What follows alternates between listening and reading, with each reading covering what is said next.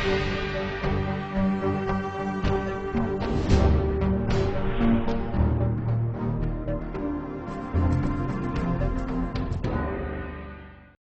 Vindhya times में आपका स्वागत है और आपके साथ मैं श्रेया हाजिर हैं आज की बुलेटिन की खबरों के साथ। नजर डालते हैं पहली खबर पर। लॉकडाउन में बाहर दूसरे राज्यों में एवं महानगरों में रहने वाले लोगों का रोजगार छीनने के बाद वो लगातार अपने निजी ठिकानों की ओर लौटने लगे हैं। रीवा में भी कई श्रमिक स्पेशल ट्रेनें मजदूरों को बाहर दूसरे राज्यों से लेकर रीवा पहुंची, लेकिन अभी ये सिलसिला थमा नहीं है। भले ही दूसरे राज्यों से उतरने वालों की तादाद में मजदूर नहीं आ रहे हों, लेकिन मजदूरों के वापस अपने घर लौटने का सिलसिला लगातार जारी है। प्रवासी मजदूर अभी भी लगातार रीवा में उतर रहे हैं। रीवा में आज फिर एक श्रमिक स्पेशल ट्रेन कर्नाटक से चलकर रीवा पहुंची, जिसमें सवार 370 लोग भी रीवा पहुंचे। स्टेशन में बाहर से आने वाले व्यक्तियों के स्वास्थ्य परीक्षण, थर्मल स्क्रीनिंग की व्यवस्था कराई गई थी। उसके बाद बाहर से आने वाले लोगों के खाने के लिए भी सामग्री उपलब्ध कराई गई। रीवा रेलवे स्टेशन में उतरने वाले यात्रियों में रीवा संभाग और रीवा के आसपास के कस्बे में रहने वाले लोग शामिल हैं, तो वहीं पिछले कई दिनों से किचन सेंटर के द्वारा बाहर से आने वाले लोगों को भोजन कराया जा रहा है। रीवा इंजीनियरिंग कॉलेज में भी श्रमिकों का जमावड़ा देखा जा रहा है। रीवा इंजीनियरिंग कॉलेज में गुजरात के कच्छ एवं सूरत से करीब सैकड़ों परिवार अपने खर्चे पर बसों के माध्यम से एमपी बॉर्डर तक पहुंचे, जहां प्रशासन द्वारा बिना किसी खर्च के रीवा इंजीनियरिंग कॉलेज लाया गया, जहां उनकी स्क्रीनिंग कर उन्हें खाना, छोटे छोटे बच्चों को दूध और बिस्किट की सुविधा मुहैया करा रीवा संभाग के अंतर्गत उन्हें उनके गृहग्राम तक पहुँचाया जा रहा है। रीवा में अभी ट्रेन आई है, श्रमिक ट्रेन आई है। कितने लोग आए हैं और रीवा के कितने लोग हैं? ये ट्रेन कर्नाटक से चलकर रीवा आई है और इसमें कुल 397 लोग रीवा में उतरे हैं, जिसमें से मात्र 21 यात्री रीवा के हैं, 130 यात्री सतना के हैं।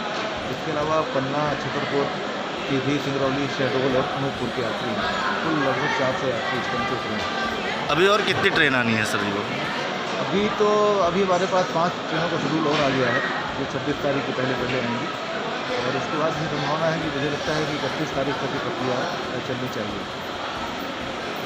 पिछले 3 साल से शुरू हुए रीवा शहर में सीवर लाइन के प्रोजेक्ट में अव्यवस्थाओं का आलम यह है कि एक निश्चित समय पूरा करने के बाद भी अब तक कंपनी ने कार्य पूरा नहीं किया है। केके स्पन कंपनी द्वारा रीवा में सीवर लाइन का काम किया जा रहा है, लेकिन आलम यह है कि यह पूरी परियोजना ही विवादों में घिरी हुई है।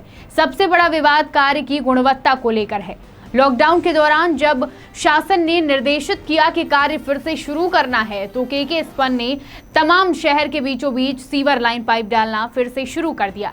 बिना सुरक्षा मापदंडों के सीवर लाइन का काम लॉकडाउन में भी धड़ल्ले से शुरू है। सीवर लाइन का काम करते समय बहुत अव्यवस्था और अनियमितता देखी जा रही है। इंटरनेट से लेकर तमाम कंपनियों के केबल सीवर लाइन का गड्ढा खोदते हुए काट दी जाती है। जिम्मेदार कर्मचारी मौन है। एजेंसी मनमाने ढंग से शहर में खुदाई का काम कर रही है। नेहरू नगर क्षेत्र में कार्य करते हुए केके स्पन द्वारा सीवर लाइन का गड्ढा खोदने के दौरान बीएसएनएल, एयरटेल जैसी तमाम कंपनियों के इंटरनेट ब्रॉडबैंड लाइन काट दिए गए हैं। पिछले हफ्ते भर से क्षेत्र में बीएसएनएल की लाइन ठप पड़ी हुई है। आगे आने वाले समय में बारिश आने वाली है और अधूरे काम के कारण आमजन को समस्याओं का सामना करना पड़ेगा। सीवर लाइन कंपनी द्वारा पिछले महीनों में जिन क्षेत्रों में काम किया गया है, वहां अब तक फिनिशिंग का वर्क पूरा नहीं हुआ है।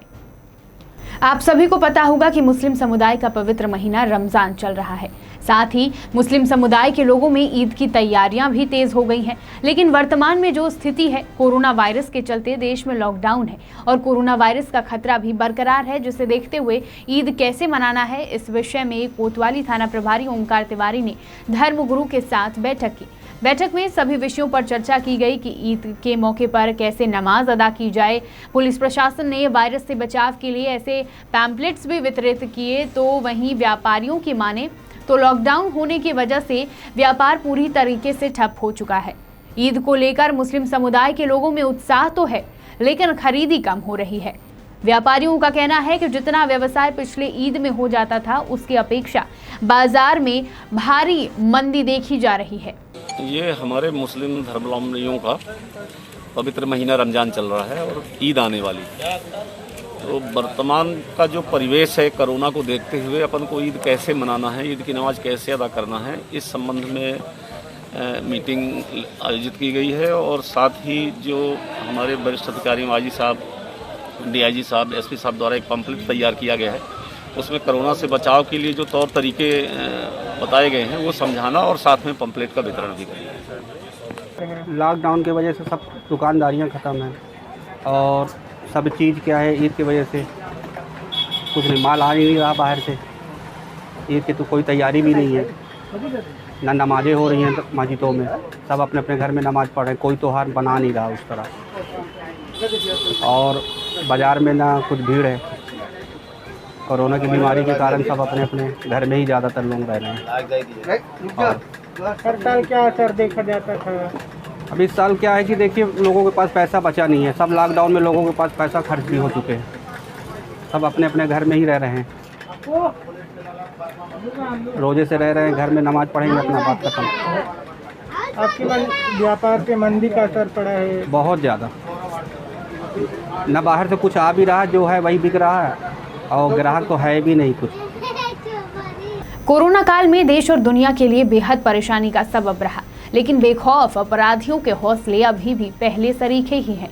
रीवा में नशे का सेवन करने वाले लोगों की तादाद लॉकडाउन में भी कम नहीं हुई, तो वहीं अवैध नशे का कारोबार करने वाले अपराधी धड़ल्ले से नशीली कप सिरप की बिक्री करने में लगे हुए हैं।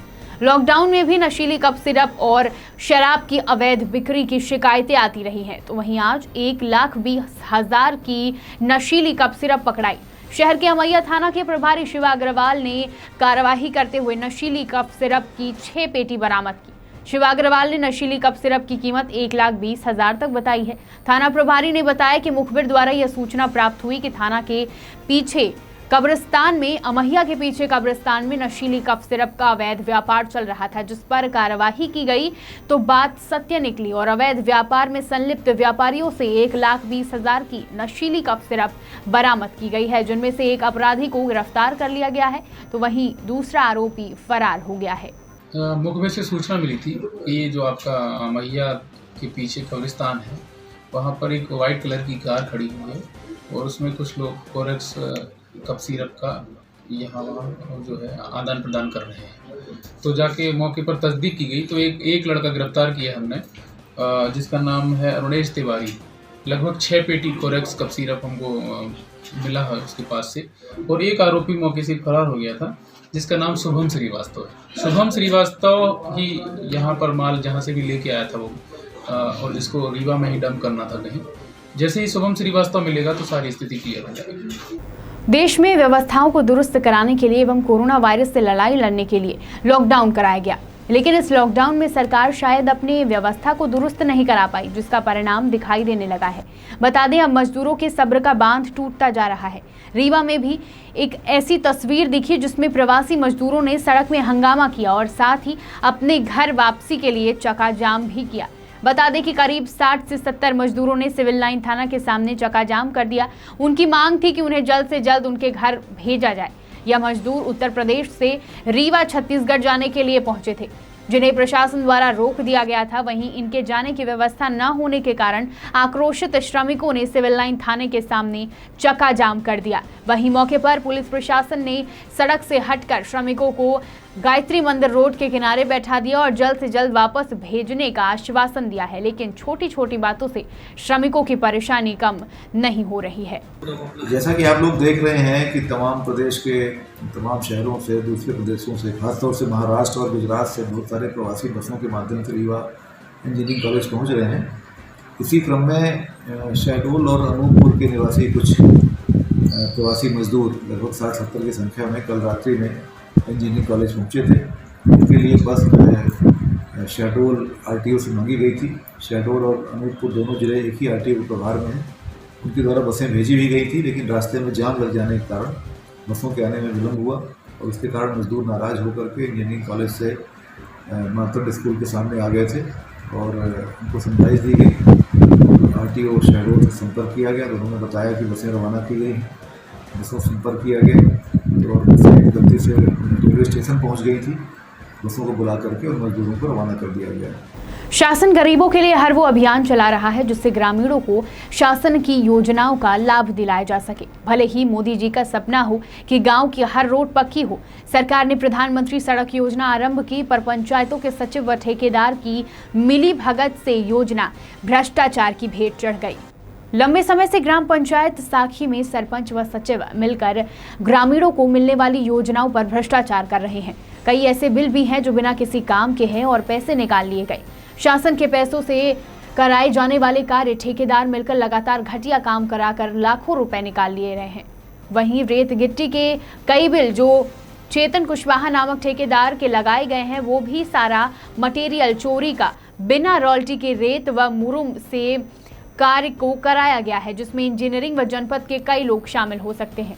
ग्राम पंचायत साखी में ग्रेवल रोड में भी सचिव व सरपंच सहित इंजीनियर भी मिलकर लाखों की घपलेबाजी की, जिसपे ग्रामीणों ने मिलकर जिला कलेक्टर को लिखित शिकायत की है, जिसमें ग्रेवल रोड बिना गुणवत्ताहीन सड़क बनाया गया और कई फर्जी बिल लगाकर सचिव, सरपंच व सब इंजीनियर ने पैसे निकाल लिए। आज भी साखी पंचायत में कई कार्य अधूरे पड़े हैं, जिसकी शिकायत कई बार जनपद बुढ़ार से लेकर जिला तक की गई है, पर जांच भी केवल आज तक ही रह गई, कोई कार्रवाई नहीं हुई है। विंध्य की तमाम खबरों के साथ कल फिर हाजिर होंगे। देखते रहिए विंध्या टाइम्स। बहुत बहुत धन्यवाद।